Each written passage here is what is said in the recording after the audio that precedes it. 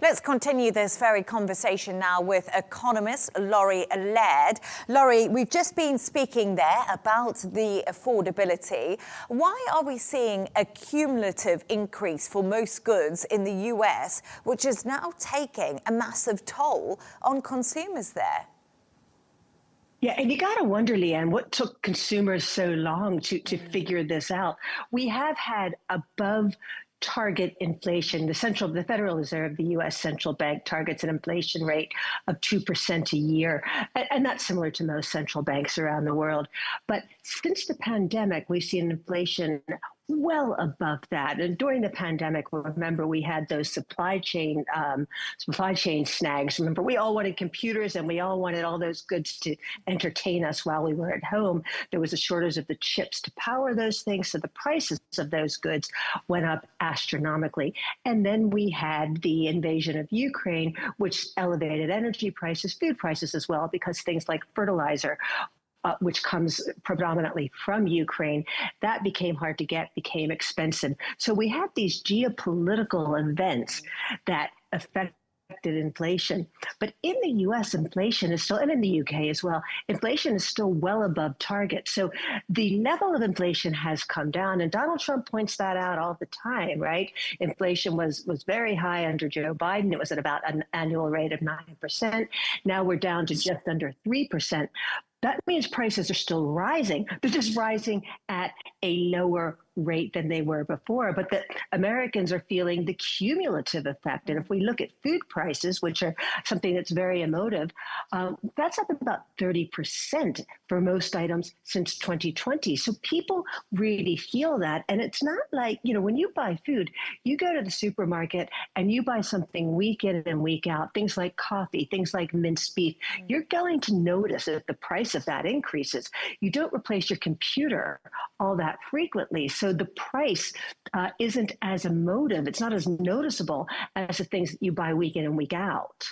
And the Federal Reserve is actually widely expected to cut rates today. Laurie, are they going to cut despite the meeting taking place in the fog of a data blackout? Because, of course, we had that shutdown in the US too. Absolutely. We've seen very little data. We had some inflation data last week, and this was the Fed's preferred measure of inflation, about 2.7, 2.8%, depending on how you measure it. That's not all that hot, but again, it's above that 2% target that I mentioned. And that's the only set of data that on inflation that we had for a while. And not to mention, not only are we in sort of the data, a fog of data, as you mentioned, inflation's still closer to 3% than 2%. So you might ask, why is the Fed going to cut rates? The Fed is concerned that the jobs market is beginning to weaken, and there's not a ton of evidence there. Again, possibly because there's very little data, but the Fed is concerned about this. But I do think that we will see the Fed reduce rates by 25 basis points, a quarter of a percentage point. What will be, if the Fed doesn't cut rates because everyone expects it, I think that could cause a little bit of market panic. Markets do not like to be surprised. Given that that's pretty much baked in, that rate cut, what we're going to look at is the press conference that Chair Jerome Powell gives half an hour after that rate announcement. So that's at 7:30 my time. That's at 9:30 your time. You're 2 hours ahead. And that will be where the attention is, looking at what Powell says. Does he hold out the hope of another rate cut at the next meeting? I'm 4 hours ahead, so 11:30 for me. So that will be an interesting press conference. Well, I expect you're going to stay up. Of course. I will be working. I have another show to do, but after that, I'll catch up. But I want to talk to you a little bit about Jerome Powell, because, he hasn't had it easy as Donald Trump's come in for his second time in office. And we are hearing now final interviews for the top central bank job are kicking off this week. Who is going to replace Jerome Powell? I think that's a big question right now. It's a huge question right now. And you're right. There's meant to be an interview going on today, actually. Scott Bessent, the Treasury Secretary, is reported to be speaking to a man called Kevin Warsh, who's one of the front runners.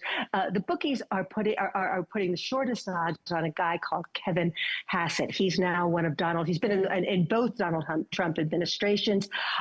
He is a big ally of Donald Trump. Interesting. I was a couple of years, I'm aging myself here, a couple of years behind him at university. And he was a mainstream right of center, to be sure, but pretty much a mainstream economist. He's a tax expert. But over the past couple of years, he really has become much more vocally and publicly aligned with Donald Trump.